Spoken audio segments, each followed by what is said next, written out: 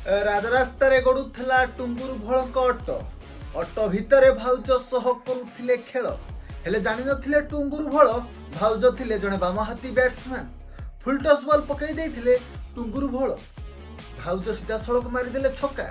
ଯାଇ ପଡ଼ିଲା Jharpada jail, cell number BT 36।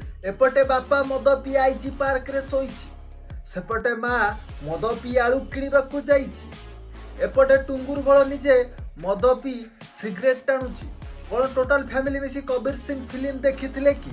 ନା ଆଶିକ 2 ଫିଲ୍ମ 20 ଥର ଦେଖିଛୁ? ନା ସଞ୍ଜୟ ଦତ୍ତର ଥିଲେ କି ସେ ବଡ଼ ଫ୍ୟାନ୍? ଏଠି ତମାମ ପ୍ରଶ୍ନ ଉପରେ ପ୍ରଶ୍ନବାଚୀ ସୃଷ୍ଟି କରି ଲାଷ୍ଟରେ ଟୁଙ୍ଗୁରୁ ଭଳ ମୁହଁ ଖୋଲି ପ୍ରତିକ୍ରିୟା ଦେଲେ ଆଉ କହିଲେ, କୋଉ ଝିଅ ମୋତେ ପଟୁ ନଥିଲା, ସେଥିପାଇଁ ବହୁତ ଆଶାରେ ମୁଁ ଭାଉଜ ଗୋଟେ ପଟେଇବାକୁ ଚେଷ୍ଟା କରିଥିଲି ଆଉ ସକ୍ସେସ୍ ବି ହେଲି। ଓଡ଼ିଆରେ ଚୁମା ଆଉ ଇଂଲିଶରେ କିସ୍ ସବୁ କଲି। ପବଜି ଫ୍ରି ଫାୟାର ପାଇଁ ହୋଇଥିଲା ଝଗଡ଼ା। ଟୁଙ୍ଗୁରୁ ଭଳର ଅଭିଜ୍ଞତା ଥିଲା ପବଜି ଖେଳ ଆଉ ହେଡସଟ୍ ଥିଲା ତାଙ୍କର ପେଶା। ଏପଟେ ଭାଉଜ ବି ନଥିଲେ କମ୍, ମିନି ମିଲିଟାରୀରେ ଥିଲା ତାଙ୍କର ଦବଦବା ଆଉ ବମ୍ ଫୋପାଡ଼ିବାରେ ସେ ଥିଲେ ଜଣେ ମାହିର।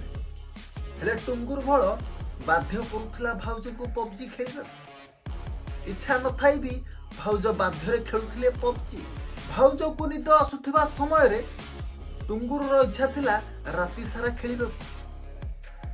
ଚିକେନ ଡିନର ପରେ ଭାଉଜ ଶୋଇ ପଡ଼ିଥିଲେ, ହେଲେ ଟୁଙ୍ଗୁରୁ ଭଳ ରାଗି ଯାଇ ମାରିଦେଲା ଗୋଟେ ହେଡସଟ୍ ପବଜି ବାଲା। ସିଧାସଳଖ ଯାଇ ବାଜିଲା ଅଜାଗାରେ। ଭାଉଜ ଛାନିଆ ହେଇ ଦୌଡ଼ିଲେ ଖଣ୍ଡଗିରି ପୋଲିସ ଷ୍ଟେସନ।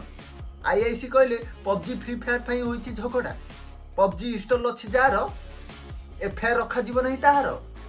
ଏପଟେ ନିରାଶ ହେଇ ଫେରିଲେ ଭାଉଜ। ଏପଟେ ଟୁଙ୍ଗୁରୁ ଭଳ ଛୋଟ ବେଳୁ ଆଶା ଥିଲା ହିରୋ ହବା ପାଇଁ। ଏପଟେ ଓଡ଼ିଆ ଫିଲ୍ମ, ଏବେ ଫିଲ୍ମ ଅଫର ଆସିଛି ଆଉ ଫିଲ୍ମର ନାଁ ହେଉଛି ଭାଉଜ ଚଢ଼ିଥିଲେ ଗଛରେ, ଟୁଙ୍ଗୁରୁ ଖୋଜୁଥିଲା ଅଟୋରେ। ଟୁଙ୍ଗୁରୁ ଭଳ ପ୍ରତିକ୍ରିୟା ଦେଇ କହିଲେ, ଭାଉଜ ପ୍ରେମ ମିଠା। ଏପଟେ ମୁଠି ମରା ରିପୋର୍ଟରଙ୍କ ପ୍ରଶ୍ନ, ଭାଉଜ ପ୍ରେମ ଯଦି ମିଠା କୋଉ ଭଳିଆ ମିଠା?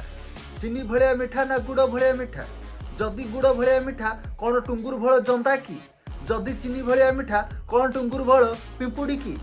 ଏଠି ତମାମ ପ୍ରଶ୍ନ ଉପରେ ପ୍ରଶ୍ନବାଚୀ ସୃଷ୍ଟି କରିଛି।